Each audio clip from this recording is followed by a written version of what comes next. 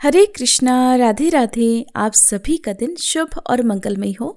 आज आप सुनेंगे फाल्गुन मास महात्म्य का अंतिम अध्याय। इसी के साथ फाल्गुन मास महात्म्य समाप्त हो जाएंगे। आपने पूरे महीने हमारे चैनल पर इन कथाओं को सुना, अपना भरपूर प्यार दिया, कमेंट्स किए, जिसके लिए आप सभी का बहुत बहुत आभार। समय की कमी होने के कारण मैं आप सबके कमेंट्स का उत्तर नहीं दे पाती हूँ, जिसके लिए अगर हो सके तो क्षमा कीजिएगा। आने वाले चैत्र महीने में भी हमारे चैनल पर इसी तरह से कथाएं सुनाई जाएंगी और नवरात्रि की कथाएं भी सुनाई जाएंगी। आप जरूर सुनिएगा। अब सुनिए आज की कथा। मार्कंडे जी कह रहे हैं कि हे राजन, नर्मदा तट पर उत्तम सिद्धि देने वाला मनोरथ नामक एक तीर्थ है जो तीनों लोकों में विख्यात है। वहाँ स्नान करके मनुष्य जिस जिस मनोरथ को चाहता है, उस तीर्थ के प्रभाव से वह सब कुछ प्राप्त कर लेता है। वहीं संगम पर अंगारेश्वर देव स्थित हैं, जहाँ स्नान मात्र करने वाला मनुष्य गणपति पद पर प्रतिष्ठित होता है। पाप बड़े ही कड़वे और अत्यंत दुख देने वाले होते हैं, इसलिए पाप कभी नहीं करना चाहिए। जिस देश काल में और जैसी आयु के द्वारा मनुष्य शुभाशुभ कर्म करता है, वह उसी प्रकार उसे भोगना पड़ता है। इसलिए अपनी शक्ति के अनुसार याचक को निरंतर दान देना चाहिए। विद्वान पुरुष शास्त्र और युक्तियों द्वारा सदा आत्मा के कल्याण का विचार करे, केवल अनुमान के ही द्वारा उस पर विचार कभी नहीं करना चाहिए। कर्मों के हीन और उत्तम नाना प्रकार के फल बताए गए हैं, इसलिए मनुष्य कोई भी कर्म करने के पहले उसकी परीक्षा जरूर करे। जिसका श्रेष्ठ और महान फल हो वही पुण्य कर्म है। बुद्धिमान पुरुष को चाहिए कि वह पाखंडी, शास्त्र विपरीत कर्म करने वाले, तीर्थ निंदक, दिगंबर तथा अन्याय पाखंडी जनों को दूर से ही त्याग दे। जो अपने हृदय में भगवान शिव का चिंतन करते हुए शिव ज्ञान का अभ्यास करते हैं, उन्हें अवश्य ही ज्ञान मिलता है। राजन, ऐसा जानकर शिव स्वरूपा नर्मदा देवी का आश्रय लेकर उसके तट पर धन धान्य से संपन्न दिव्य ग्रह तथा अच्छे अच्छे अन्य आवश्यक सामान ब्राह्मणों को आदर पूर्वक देने चाहिए। अनाथ, अत्यंत वृद्ध, विकल और कुटुंबी ब्राह्मण को विशेष रूप से देना चाहिए। जो ब्राह्मण को काठ और मिट्टी से बना हुआ घर दान करता है या फिर उसके लिए अमरकंटक पर सब ओर सुंदर सुंदर दिव्य भवन बनवाता है, वह सर्वोत्तम दान का फल प्राप्त करता है। केवल यही दान उसके सभी कामनाओं और प्रयोजनों का साधक होता है। जो मनुष्य भक्ति पूर्वक इस प्रसंग को सुनता है, वह सभी पापों से मुक्त होता है। हे राजन, नर्मदा के दक्षिण भाग में मांडव्य मुनि का आश्रम है। उसमें विभांडक, गार्ग तथा ऋष्यशृंग आदि उत्तम व्रत का पालन करने वाले महर्षि सहस्त्रों की संख्या में रहा करते हैं। राजन, अशोकवनिका नाम से प्रसिद्ध उत्तम तीर्थ की महिमा सुनो। वहां भगवान शंकर पार्वती जी के साथ निवास करते हैं। वहां विशोका नदी और नर्मदा का संगम हुआ है। वहां स्नान करने वाले मनुष्य स्वर्ग में जाते हैं और जिनकी वहां मृत्यु हो जाती है वे मुक्त हो जाते हैं। वहीं अशोकेश्वर लिंग है, जो प्रत्यक्ष ही सिद्धि और कल्याण देने वाला है। उसी तीर्थ में देवर्षि नारद ने शाप भ्रष्ट ब्राह्मणों को शाप से मुक्त किया था और अब वे ब्राह्मण उस तीर्थ के महात्म्य से देवता होकर देवलोक में आनंद भोगते हैं। स्वयंभू मनवंतर के आदिकल्प के सतयुग की बात है। राजन, चंद्रवंश में रविश्चंद्र नाम से प्रसिद्ध एक महायशस्वी चक्रवर्ती राजा हुए हैं, जो कांची नगर के राजा थे। उन्होंने समस्त पृथ्वी का धर्म पूर्वक पालन किया था। एक समय वे अगस्त्येश्वर तीर्थ में गए, जहां भगवान शंकर का सुंदर मंदिर विद्यमान था। अगस्त्य आदि सभी तपस्वी मुनि उस तीर्थ का सेवन किया करते हैं। वहां नर्मदा जी बहती हैं और अमरकंटक पर्वत भी सुशोभित होता है। सूर्य ग्रहण के समय राजा रविश्चंद्र उस स्थान पर गए जहां मुनि मंडली से घिरे हुए महर्षि अगस्त्य तपस्या करते थे। उस समय महातपस्वी शांडिल्य जी ने महर्षि अगस्त्य को प्रणाम करके पूछा, हे तपोनिधि, महातेजस्वी राजा रविश्चंद्र आपके आश्रम पर पधारे हैं और मैं उनका पुरोहित हूँ। अगर आप कृपा पूर्वक स्वीकार करें तो राजा आपके चरणार बिंदों का अर्चन करना चाहते हैं। सुनकर अगस्त्य जी बोले, राजा रविश्चंद्र को यहाँ जल्दी लेकर आइए और सिंहासन पर विराजमान कीजिए। उनकी आज्ञा पाकर राजा वहां आए और उन्होंने मुनि के चरणों का स्पर्श किया। फिर राजा से कुशल समाचार पूछते हुए कहा, महाभाग, आप अंतःपुर और परिवार के साथ सकुशल तो है ना? तब राजा बोले, मुनीश्वर, आज मेरा जन्म और जीवन सफल हुआ। जो आपके चरणार बिंदों का दर्शन पाकर मैं सब पापों से मुक्त हो गया। हे मुनिश्रेष्ठ, सर्व तीर्थमयी नर्मदा नदी तो सर्वत्र शुभ और पावन है। आप मुझे बताइए, मैं किस स्थान पर यज्ञ करूं? अगस्त्य जी कहने लगे, राजन, एकमात्र नर्मदा देवी ही पुण्यमयी और शुभ हैं।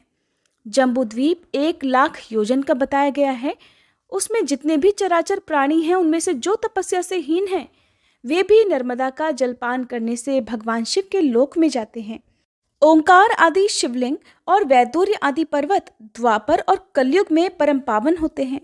नर्मदा के दक्षिण और उत्तर भाग में जो यह देव दानव वंदित भूमि है, यह यज्ञ भूमि कहलाती है। इसी में अशोक वनिका है, जहाँ साक्षात भगवान महेश्वर निवास करते हैं, और यहाँ किया हुआ यज्ञ बिना किसी विघ्न बाधा के पूर्ण होता है, ऐसा भगवान शंकर का कथन है।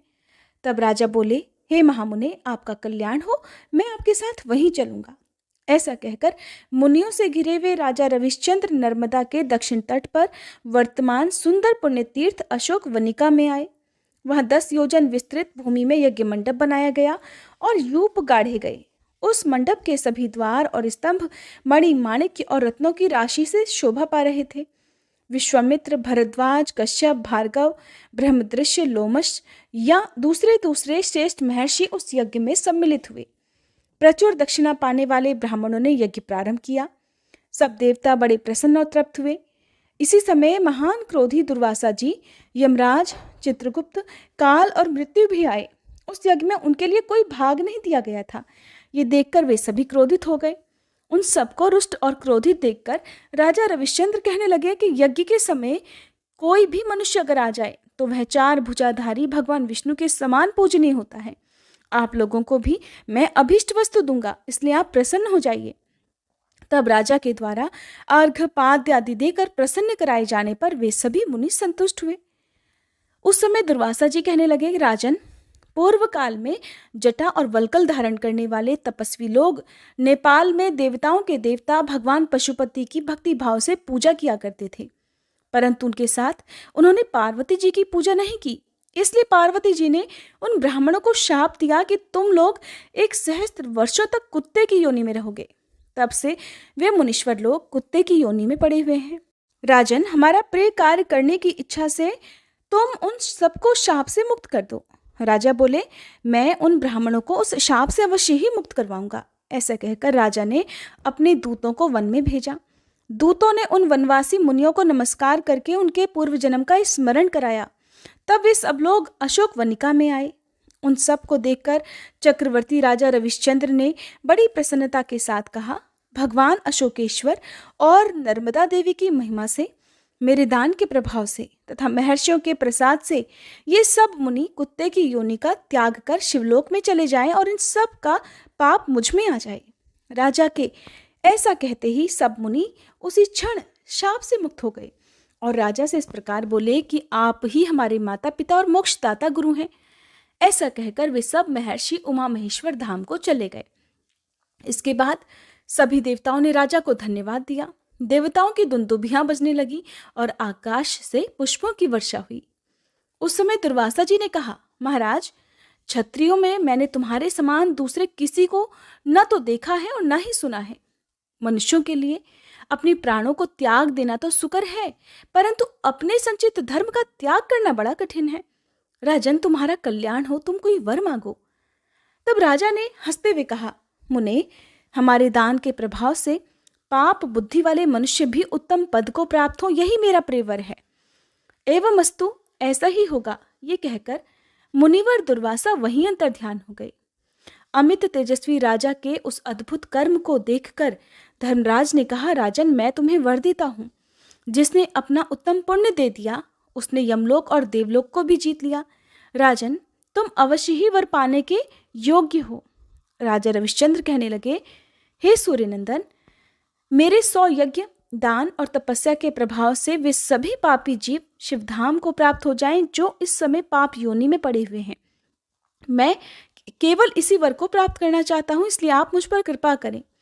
यमराज जी कहने लगे, सत्य धर्म का पालन करने वाले हे राजन, तुम्हारी ये इच्छा पूर्ण हो। हे सुव्रत, इस सत्य के प्रभाव से तुम उत्तम लोक को जाओ। राजन, तुमने जिन सैकड़ों क्षत्रियों और सहस्त्रों अन्यान्य जीवों का पाप से उद्धार किया है, उन सब की कोई गणना नहीं है। ऐसा कहकर धर्मराज देव दानव वंदित कामिक विमान पर आरूढ़ होकर अपने लोक को चले गए। मार्कंडेय जी कहते हैं, हे युधिष्ठिर, प्राचीन त्रेता युग की बात है। पुलत्स्य पौत्र त्रिलोक विजयी रावण देवताओं के लिए कंटक हो गया था। वह वरदान पाकर देवता, दानव, यक्ष, गंधर्व, नाग तथा राक्षस आदि सभी के लिए अवध्य हो गया था और पृथ्वी पर सब ओर अपनी इच्छा अनुसार विचरण करता था। उन दिनों परम सुंदर देवगिरी पर मय नामक विख्यात एक बलोन्मत्त दानव रहा करता था। रावण वहां मय को उपस्थित जान उसके पास जाकर विनीत भाव से खड़ा हो गया। मय ने दान और सम्मान पूर्वक रावण का स्वागत सत्कार किया। तब रावण ने मय से पूछा कि प्रभु, ये किसकी कन्या है, इसका नाम क्या है और ये किसके लिए यहाँ उग्र तपस्या कर रही है? मय बोला, हे राक्षस राज, मैं दानवों का राजा मय हूँ। मेरी पत्नी का नाम तेजवती है। ये सुंदरी कन्या भी मेरी ही है और इसका नाम मंदोदरी है। ये पति के लिए तपस्या कर रही है। मय का ये वचन सुनकर मदोन्मत्त रावण मय से विनीत होकर बोला, महाभाग, मैं देवताओं और दानवों का दर्प गलन करने वाला पुलत्स्य पौत्र राजा रावण हूँ और आपसे प्रार्थना करता हूँ कि कृपया आप अपनी ये कन्या मुझे दे दें। उसे पितामह ब्रह्मा जी के कुल में उत्पन्न जान महात्मा मय ने भी विधि विधान से उसके साथ अपनी पुत्री का ब्याह कर दिया। मंदोदरी को लेकर दुरात्मा द्वारा पूजित राक्षस दिव्य विमान पर बैठकर उसके साथ क्रीड़ा करने लगा। कुछ समय में पुत्रवानों में श्रेष्ठ रावण के यहाँ एक पुत्र का जन्म हुआ। उस पुत्र ने जन्म लेते ही संवर्तक मेघ के समान बड़ी भारी गर्जना की, इसलिए ब्रह्मा जी ने उसका नाम मेघनाथ रख दिया। मेघनाथ ने बड़े होने पर उत्तम व्रत का आश्रय लिया और उमा सहित देवेश्वर भगवान शंकर की आराधना प्रारंभ कर दी। वह विधि पूर्वक व्रत, नियम, दान, होम, जप और दिव्य कच्छ चांद्रायण आदि व्रतों द्वारा अपने शरीर को कष्ट देने लगा। एक दिन मेघनाथ कैलाश पर्वत पर गया और वहां से एक शिवलिंग लेकर दक्षिण दिशा की ओर लौट पड़ा। नर्मदा के किनारे पहुंचने पर उसने उस लिंग को एक स्थान पर रख दिया और स्नान करके महादेव जी का पूजन किया। फिर अपना जप पूरा करके जब वह लंका में जाने को तत्पर हुआ, तब उसने वहां पड़े हुए एक अन्य शिवलिंग को बाएं हाथ से उठाया। इस प्रकार जब वह पहले वाले और दूसरे शिवलिंग को भक्तिपूर्वक वहां से ले जाने लगा, तब महादेव जी का वह शिवलिंग नर्मदा जी के जल में गिर पड़ा और दूसरा भी नर्मदा के उत्तर तट पर गिर गया। जो नर्मदा के उत्तर तट पर गिरा वह शोभायमान लिंग वहां मेघनादेश्वर के नाम से विख्यात हुआ और जो जल के अंदर गिरा उसका नाम मध्यमेश्वर हुआ। मेघनाद उस लिंग को उठाना चाहता था लेकिन सफल नहीं हुआ। उन दोनों विग्रहों का अभिप्राय जानकर वह राक्षस आकाश मार्ग से वापस लौट गया। तभी से वह तीर्थ मेघनाद तथा मेघारव नाम से विख्यात हो गया। उत्तर तट पर खेटक नामक उत्तम तीर्थ हुआ। उसके पूर्व भाग में सभी पापों का नाश करने वाला गर्जन नामक तीर्थ है। राजन, जो उस तीर्थ में स्नान और एक दिन रात का उपवास करता है वह सनातन कल्याण का भागी होता है। जो उस तीर्थ में पिंडदान करता है उससे देवलोक में पितृगण 12 वर्षों तक तृप्त रहते हैं। जो वहां ब्राह्मणों को भोजन कराता है वह योगी जनों को मिलने वाले उत्तम फल को प्राप्त करता है।